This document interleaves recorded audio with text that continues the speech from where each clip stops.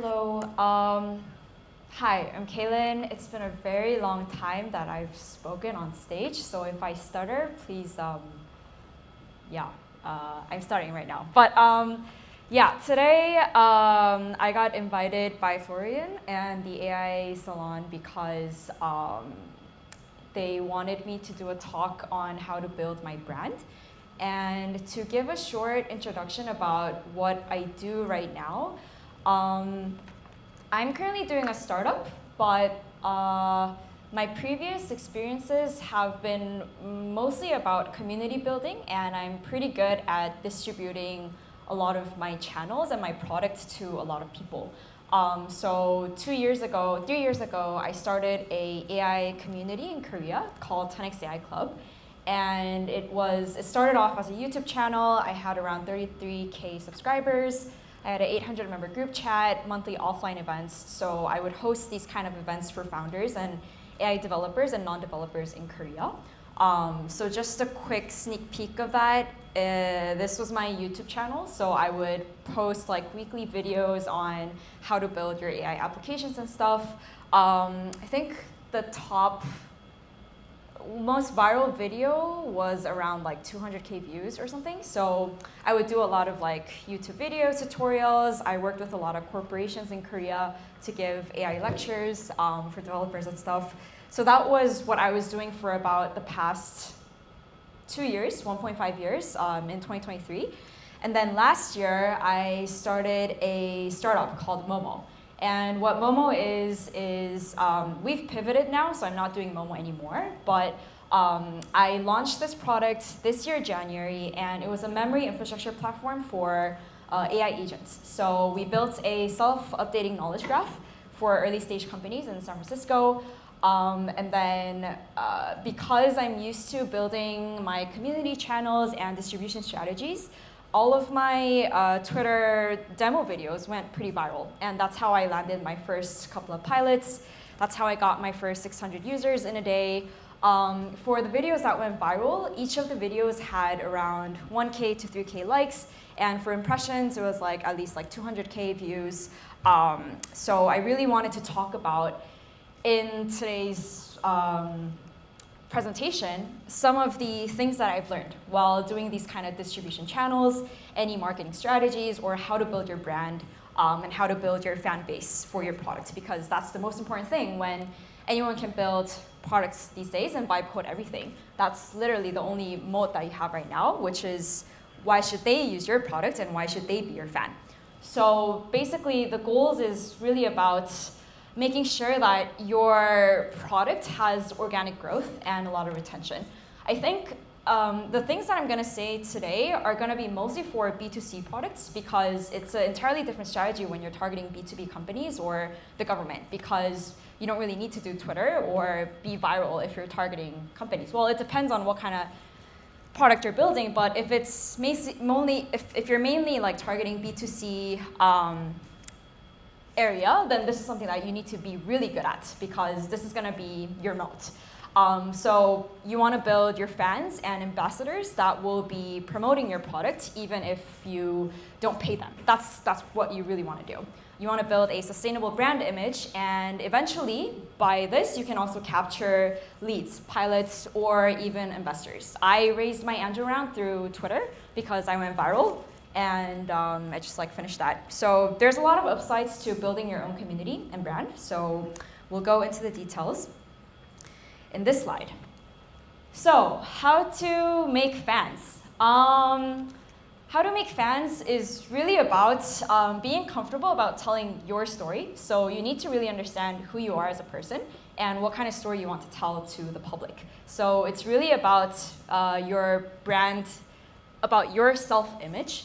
So you need to convince other people or users or the public why they should care about you and your product. And usually the product goes hand in hand with the CEO and who you are and why you're building this product. So you need to give a full story and outline about why you're specifically interested in this idea and why people should believe in you and that you're going to make it to be using this product. They want to see the sincerity and how authentic you are in terms of why you're interested in this product. So basically, it's sort of like your defensible moat and persuading users to telling them that among the million different same products in this space, because everyone's vibe coding everything, they should be convinced that they are using your product because of you. So yeah, that's basically what I'm trying to say here. In order to do this kind of storytelling, I think you can try out a lot of things, and I think people here in this room have tried these stuff, and it might be obvious. But for me, I would usually post every day about what I did today, what I tried, what kind of experiments I ran, what failed, what did succeed, and usually like day in the life content. You can also upload things about my first sales, or the first revenue, or the first pilot that you made. You can also upload about the hardships and failures. Be authentic, because people usually support you when you're very vulnerable and when you share your failure stories, because like a lot of the things that you see online or social media are really about the good things and like revenue and the good things that are happening. Someone got investment, they closed a round and everything. But if you upload the opposite of it, like failures, I did this today, but it didn't happen, then more likely people are gonna empathize with you and understand that you guys are all in the same boat and we're just really trying out here. So that's how you will more likely build your fan base or this kind of community. I mean, this even is a community because people are sharing and going through the same problems and everything, and that's usually how people gravitate towards this group, and they start talking to each other and they start sharing their experiences.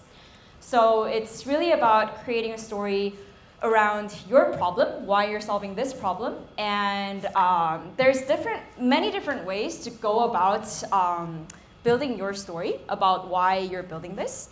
One of the really good examples of a startup in SF that's really good at this kind of storytelling is Cailyn. I'm not sure if you know Cailyn, but Cailyn is it's a CRM startup, and they sort of created their whole startup story around how their common enemy is Zendesk, or the really old like legacy CRM startups.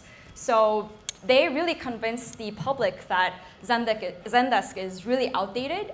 It's not really working. So we're going to be the new kind of era of CRMs that is going to be leading the next AI agent era or whatever. So if you create like this common enemy thing, people are more likely to also get rage baited and sort of empathize what you're building. But I don't really recommend rage bait content. But anyways, that's like one kind of way that you could go.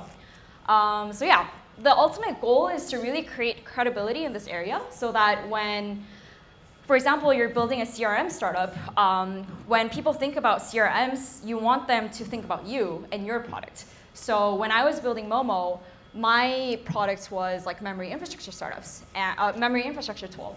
So a lot of my demo videos went viral, and when I would go around like network events or anything, people would recognize me because of my demo videos. Or when people are talking to each other about memory infrastructure, they would talk about Momo, or they would talk about me because they correlate that product and that industry with the founder. So that's a really like strong trait to have when you're building this kind of stuff.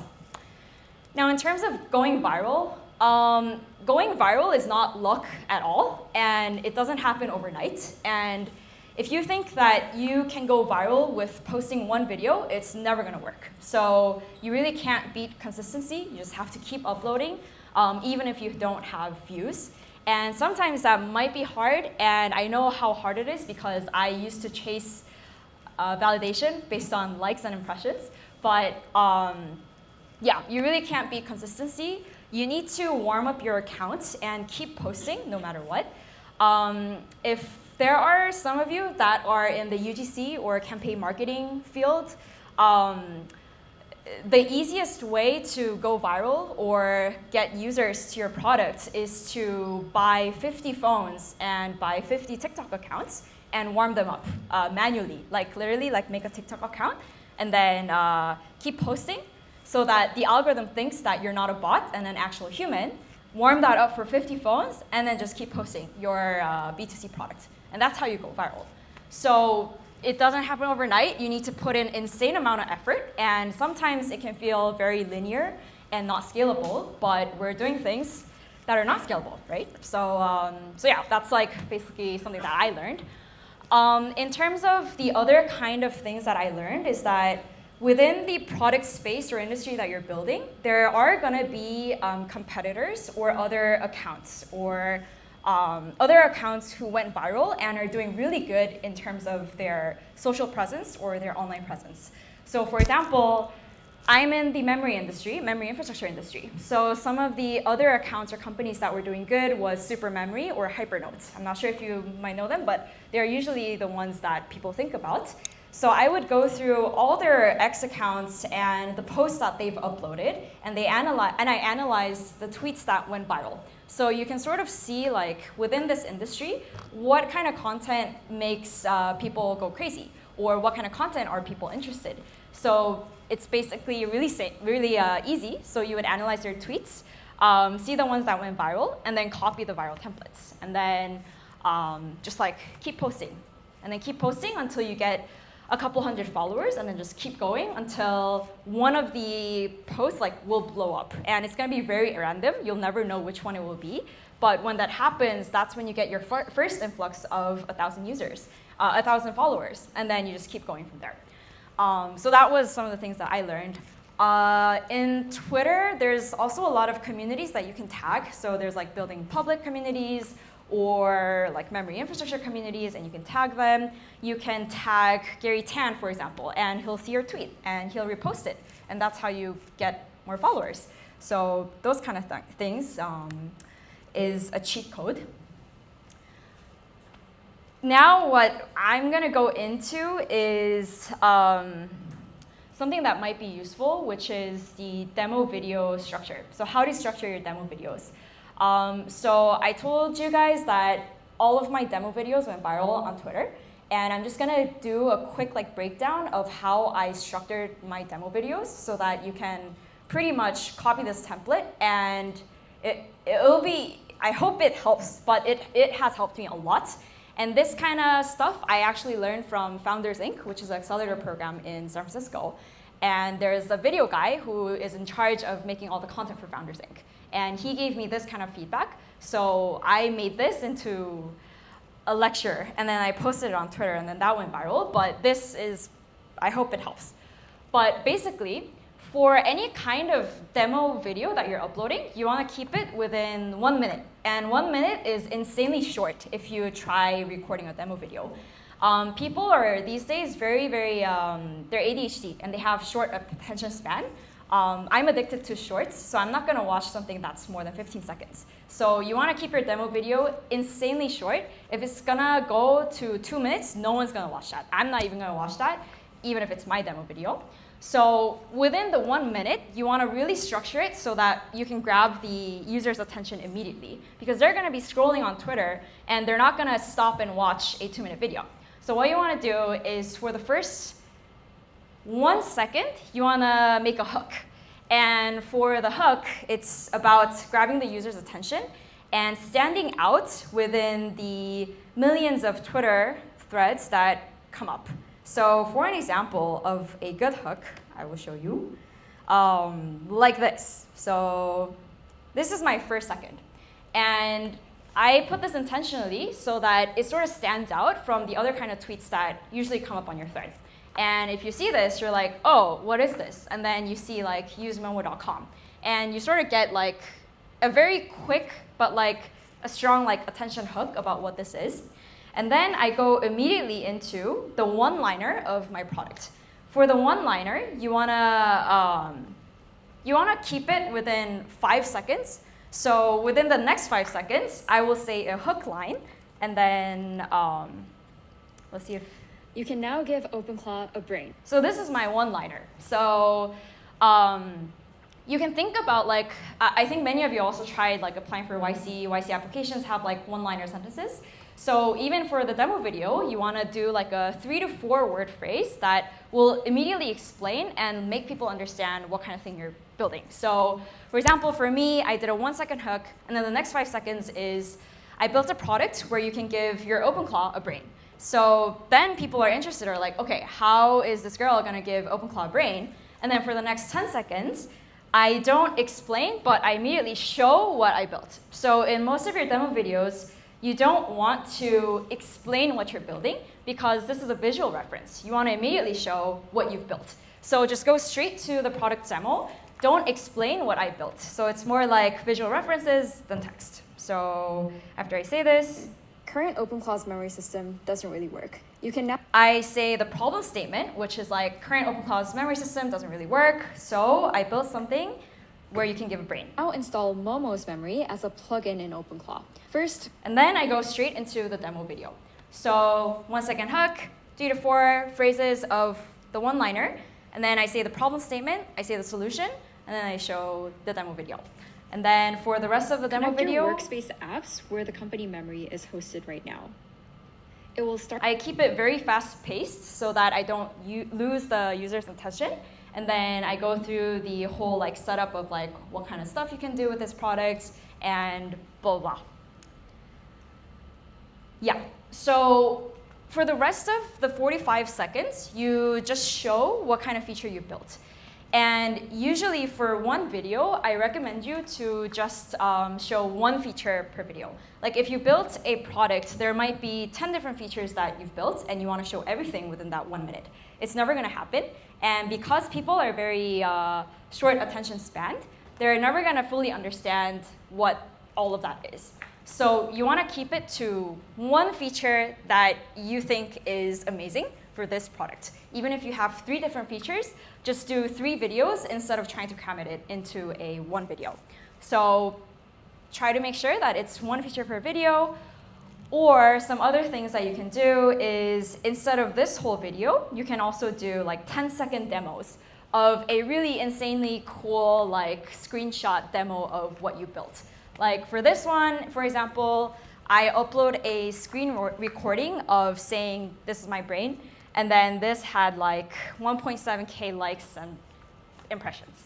And this worked because I had analyzed my competitors' tweets, and this kind of content would go viral. So I did the same thing. I copied that template, and then I uploaded it, and then it went pretty well. So these kind of stuff also tend to work pretty good. So in terms of the demo video structure, that was sort of like an analysis of what you can do. And for even the ending of your videos, you always want to make sure that This is something for me and you. people don't forget Introduce. what you're building. So I will actively try to brainwash people to remember my startup name. So even in the last second, I would like put in these kind of really big fonts so that your company logo or your brand name is just like constantly plastered there, so they will not forget it. So those are just kind of like really small details, but things that can really stand out to help your video go viral. So in terms of the structure, those are the kind of stuff that I learned. In terms of the storytelling, this is also a really important thing that I learned in Founders Inc., where they said when you're usually showcasing your demo video, you really need to think about your target customer, because you're not like building this video for the public, right? You're trying to target your target users and hoping that this video comes across any of the target users that are in your feed. So you need to think about what kind of value do they need, and some of the ways that you can really effectively do this in your demo video is pretending that you're the ICP. So in one of the demo videos, I pretend that I'm a company CEO, and I can't keep track of what my employees are doing every day. So I'm like, I'm Cailyn, I just launched yesterday, and I can't keep track of what's happening in my company. I need to see what John from Dev did or what Clara from Sales team did. So I would go through the whole video pretending that I'm the CEO of a company, and I just launched, and I can't keep track of all the chaos. So I would pretend I'm the ICP, and instead of explaining, I would show how the product works, pretending to be your target customer. And when you do that, it's a much more effective way to show that you really understand like what kind of problems your ICP is going through. And if you do that, they will immediately understand, oh, as an ICP, I guess I can use this product to solve this kind of problem that I have. So yeah, it's basically showing how you fix their problems. Yeah, so in terms of storytelling, that was that. In terms of the community, the end goal is that you want to really capture the audience that comes in through your viral videos or any of the content that you post. So always, always, always make a capture funnel when you're uploading any of these kind of content. So this can be your GitHub repo stars or your Discord community. It can be your X followers, YouTube, subscriptions, or newsletters. So you want to eventually make people your fans. So for any of the videos that I upload, I always tag the website or my other X account for my company, or I would like show setup steps or my GitHub repo, or I would link it to my Discord community and people would go into that funnel. So yeah, that's like some of the things that I do. And yeah, some other stuff are just all generic, but you want to build a brand or an event or a logo or demo that is consistent and familiar so that people are used to your character or your brand. So for me, one of the other tactics that I did is because I was targeting more of a B2C when I was building this product, I built a very cute logo that people could remember.